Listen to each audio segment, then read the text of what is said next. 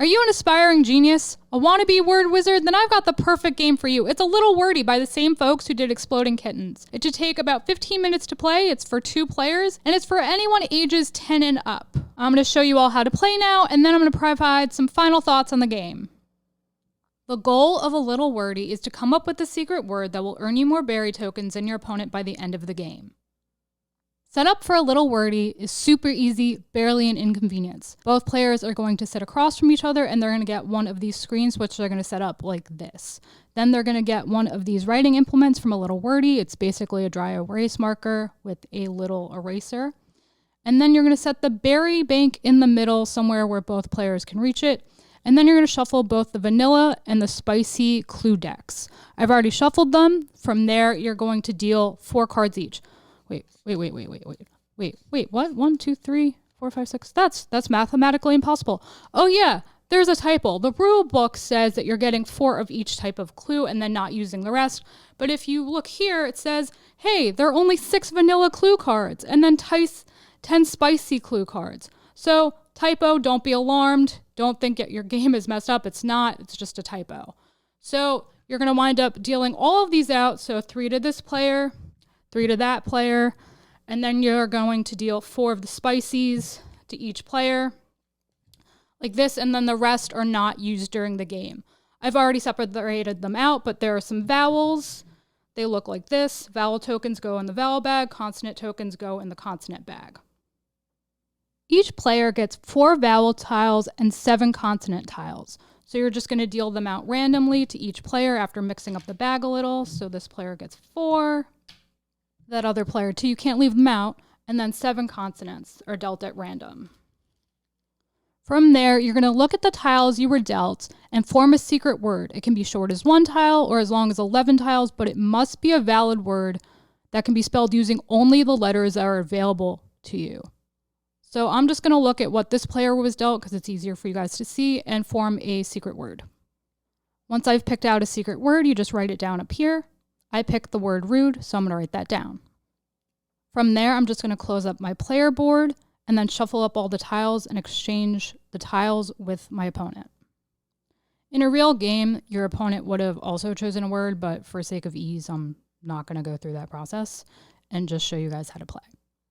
If for whatever reason you forget your secret word, you are allowed to open up your little note area and peek at it, but always keep it hidden from your opponent.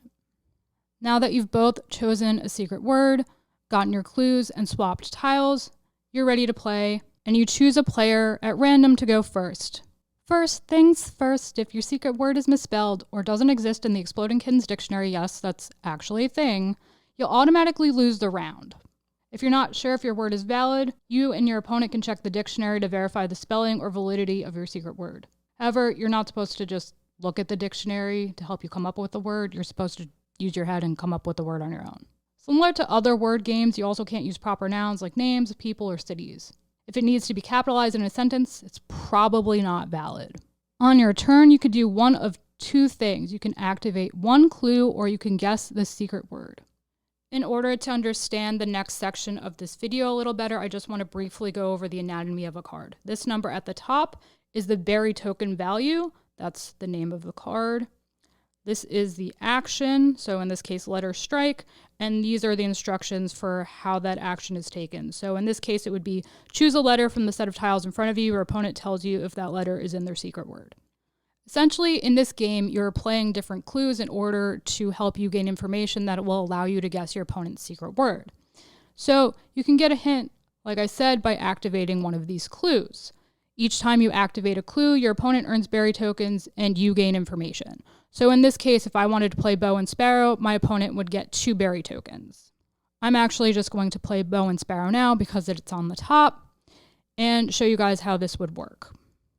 So I would say, I'm going to play bow and sparrow, letter strike. Choose a letter from the set of tiles in front of you. Your opponent tells you if that letter is in their secret word.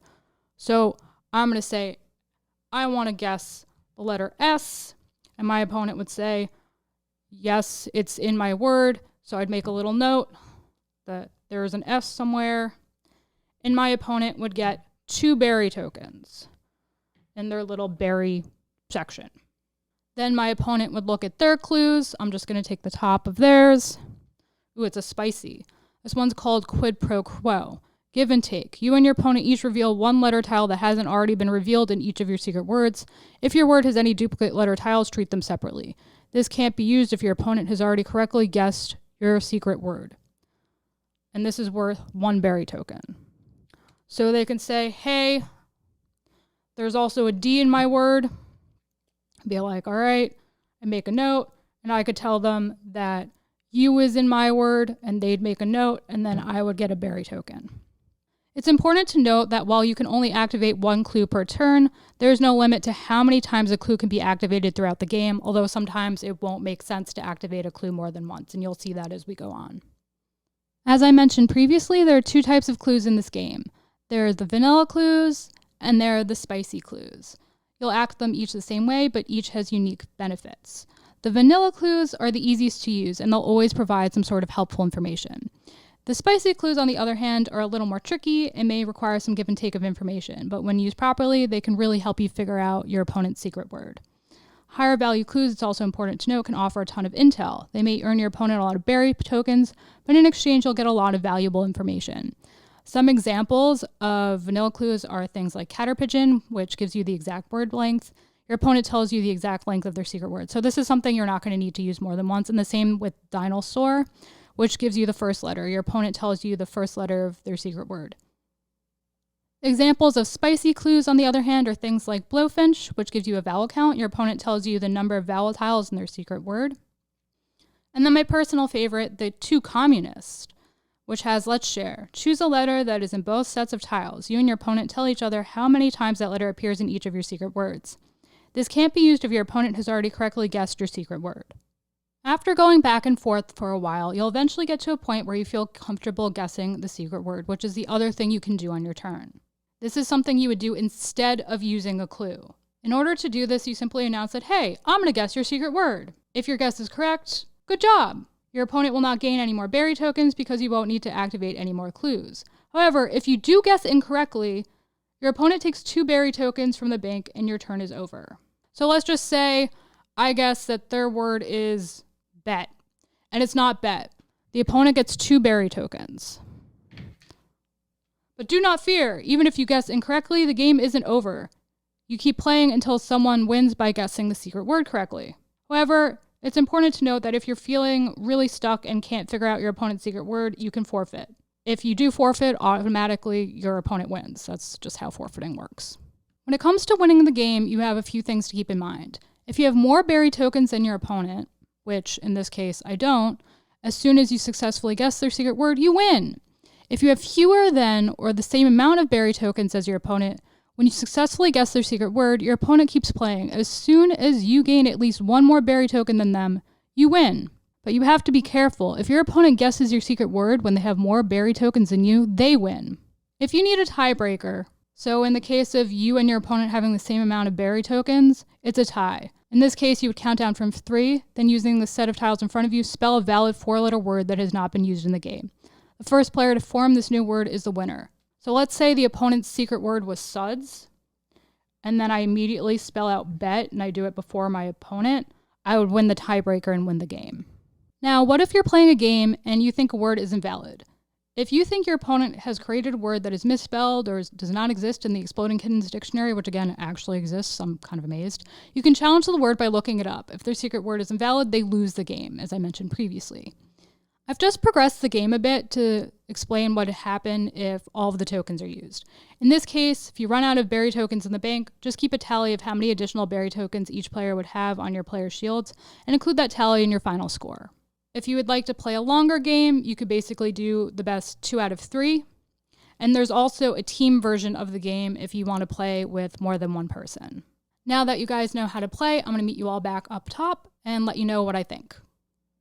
Now that you all know how to play the game, I want to take some time to give it a little review. There are some things that it does really well. First of all, it's very family friendly. It's very quick. It's very easy. It's something you can teach within a few minutes and start playing. It's table friendly. It's shelf friendly. It's budget friendly. I think I got it for like $10 or $15. Now, that's where the good stuff ends for the most part. There are definitely some things I don't like about it. First of all, most of the components are great quality.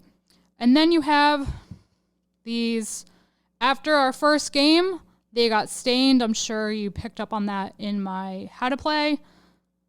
We can't get this off. We've used that like Expo marker cleaner. We've wiped furiously. It just smudges. And that bothers me. Like, yes, I can use a different sheet of paper. I can come up with a new screen. But I don't like that this happened after literally one use of the game, and we'll be there forevermore. And eventually I'll get to a point where this thing is so smudged, I can't read anything anymore, and I'm forced to use a piece of paper. That's just a quality control thing. That bothers me. Another thing that bothers me is there's a little bit of poppage. I mean, I pulled out some components. You can't see it as much now, but like this doesn't lie completely flat. So that's annoying. Like, just make a box that fits everything, please. Another thing that bothers me is this rule book. First of all, I thought this was a booklet, and I was like, yay, booklet. No, it's the flip out. I don't like that. Give me a booklet, please. The other thing that bothered me about this were the typos. I thought that I was supposed to deal 4 vanilla clue cards to each player. That's what the rule book says, but in fact, there are only 6 vanilla clue cards. I actually contacted the manufacturers looking for the different parts, like, hey, I don't have enough. And lo and behold, I actually had everything that the game was supposed to include, but I wouldn't know any better until I checked out this little detail, which I'm sure most people will overlook. So that bothered me. Just quality control again, proofread, make things that vanish a little better. Another thing that bothered me is the false advertising. They're like, this is a 2-player game. I got this in part because it was solely a 2-player game. Predominantly, I'm only playing games with one other person. And we find that when we play games that are geared for more people, let's say a 2 to 4, 2 to 5, sometimes they just don't scale very well, and we don't enjoy the experience as much as we could. So I wanted to find something that was specifically for 2 people. So I picked up A Little Wordy. And while, yes, it is geared for 2 people, there's also a team mode, which means you are not just playing with 2 people. In fact, you are playing with more than 2 people. Not the biggest issue, not as big as I'd say like the component issue, but something that bothered me as well. I don't like the false advertising. Just let me know what I'm getting into ahead of time. But other than that, I really don't have any complaints for this game. I have a lot of fun with it. I like that it's quick. I like that it's a great filler game. I like that it's family friendly. I like that it's easy to teach. There's not a lot of explaining involved. And it's a cute little word game. I thoroughly enjoy it. I think if that's something that you're into, you should definitely pick it up. I'll include a link down below in the description. The game comes at no extra cost to you, but it really helps out the channel. And there you have it. That is my how to play and review of A Little Wordy by the Exploding Kittens people. If you like what you saw here today, please smash that like button until it's blue. Subscribe, ring that bell so you know what's up. Leave a comment down below letting me know what other games and what other word games as well I should check out. I always like to know these things. And see you all in the next one. Bye, guys.